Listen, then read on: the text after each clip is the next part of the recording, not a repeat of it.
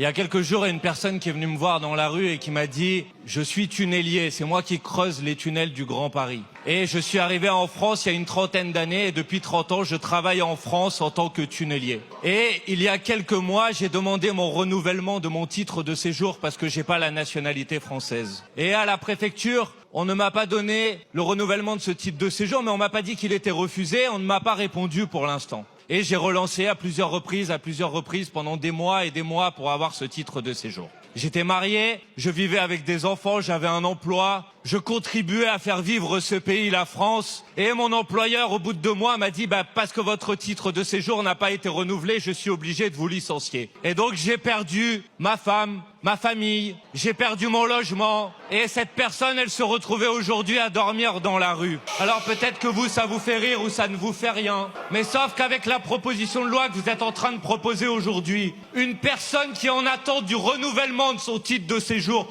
ne pourrait pas se marier parce qu'il n'aurait pas cette pièce à transmettre. Voilà la réalité. Alors la question que je vais vous poser, elle est simple. Combien de vies vous voulez briser avec votre proposition de loi ?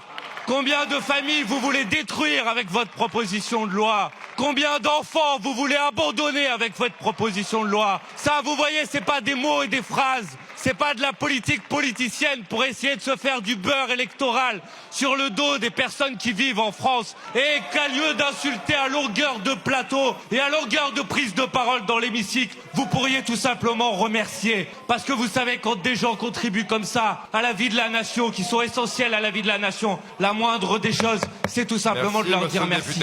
Alors